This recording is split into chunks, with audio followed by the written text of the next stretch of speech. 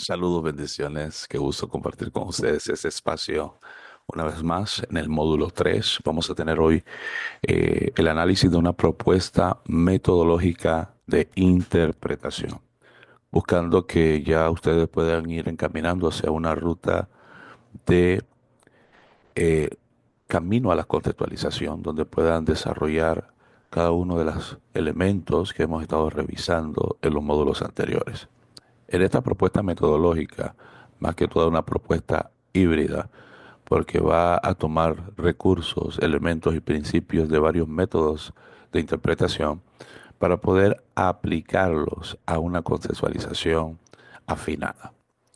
Estamos buscando que usted pueda interactuar con el pasaje, con el texto, con la narrativa, y que pueda a través de ella encontrar lo que el autor quiso decir al inicio y cómo esta información, a través de una exégesis respetable, puede traer impacto a una contextualización en nuestro presente.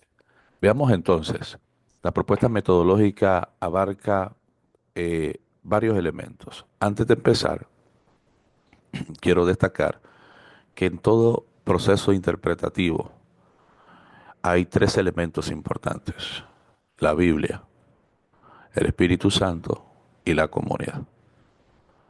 La Biblia fue el manual que nos dejaron. Es nuestro instrumento y objeto de estudio.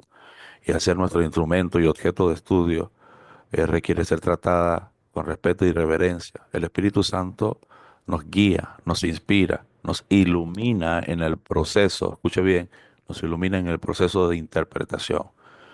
Y aquí el elemento de la comunidad que somos nosotros, quienes vamos a la Biblia guiados por el Espíritu Santo. Entonces, todo proceso interpretativo encontramos la Biblia, el Espíritu Santo y la comunidad que somos nosotros. Entonces, iniciemos. Dentro de esta propuesta metodológica de interpretación, cuando vamos al proceso tal de la interpretación, tenemos que empezar con la observación. Todo proceso interpretativo inicia con un proceso de observación. No vamos de una vez al hueso, observamos, revisamos, analizamos. Y aquí el número uno sería la selección y la lectura. Usted tiene que seleccionar un pasaje bíblico. Como uso de esta clase y como parte del ejemplo para poder traer mayor comprensión, vamos a utilizar Marcos capítulo 11, verso 15 al 19. Tenemos que seleccionar para nuestra interpretación, que sea mucho más estable, versiones formales.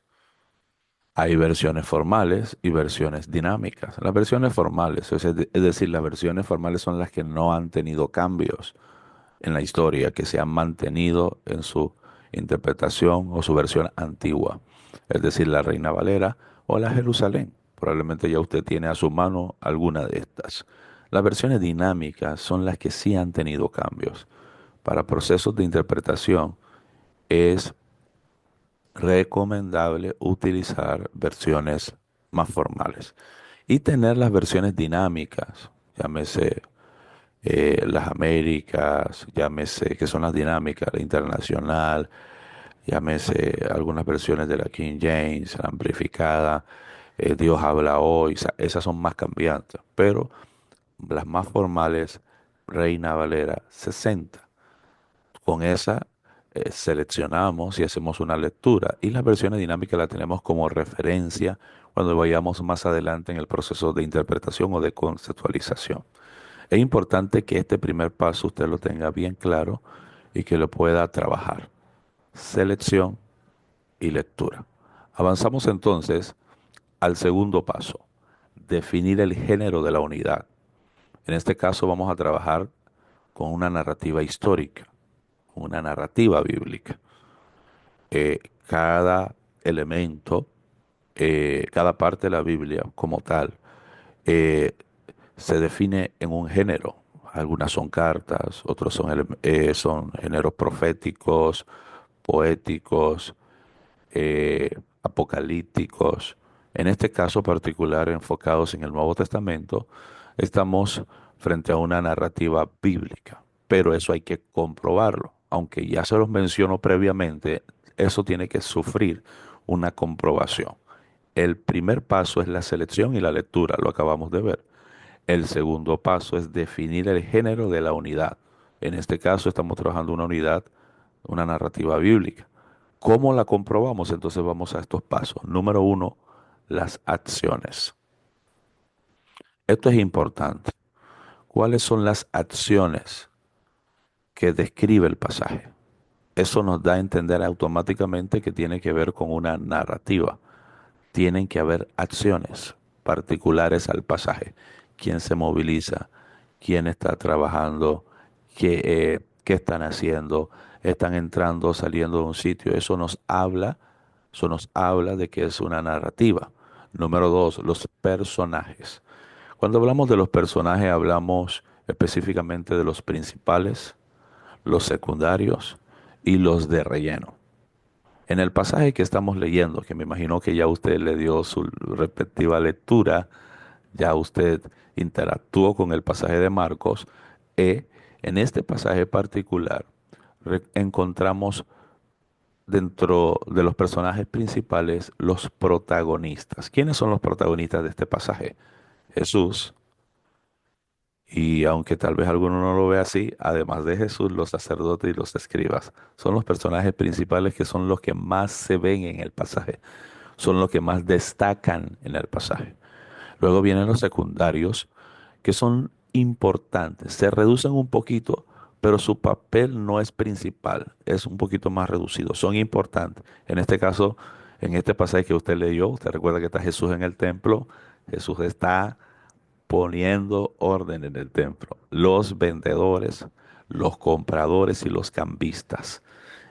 En la entrada del templo habían varios tipos de personas que se acostumbraban a estar ahí. Bueno, esos son los secundarios.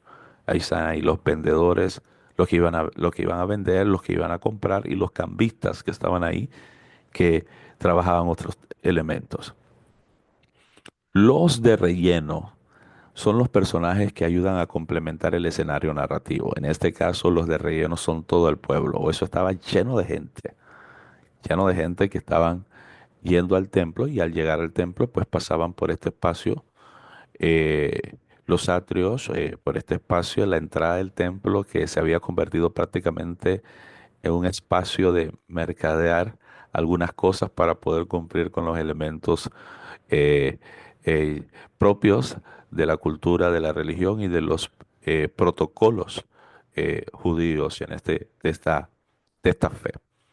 Es importante que usted sepa distinguir los personajes, porque eso lo va a ayudar en su interpretación y lo va a ayudar también en su contextualización. Enfocarse en un personaje secundario de relleno porque usted está buscando algo puede hacerle perder el verdadero concepto del pasaje. Siempre encuentre los protagonistas, que es donde más información existe y hay. Número tres, para comprobar que el género de la unidad literaria o del pasaje, hay que saber eh, identificar lugares. En este caso, los lugares generales son el macro contexto. Jesús estaba en Jerusalén, en el templo de Jerusalén. Ese es el lugar, el macro contexto. Pero si vamos al específico, que es el micro contexto, Jesús estaba en el templo.